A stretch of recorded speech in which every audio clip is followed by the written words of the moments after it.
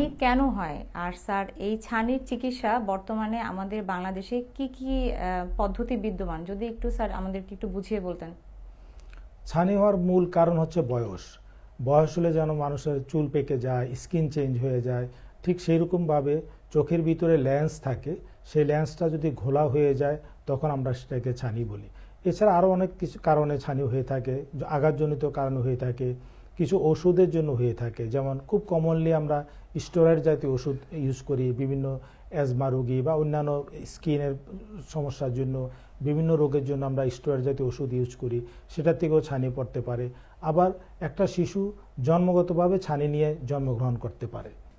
Sir তরুণ বয়সে কি ছানি হওয়ার কোনো সম্ভাবনা আছে? দেখুন, এখন সব রোগই এখন অনেক আর্লি স্টেজে হচ্ছে।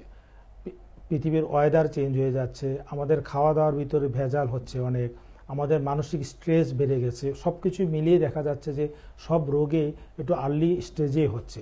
সেরকম আমরা প্রচুর পেশেন্ট পাই এখন যে অনেক আর্লি স্টেজ, 30 বছর 40 বছর বয়সে ছানি পড়ে যাচ্ছে।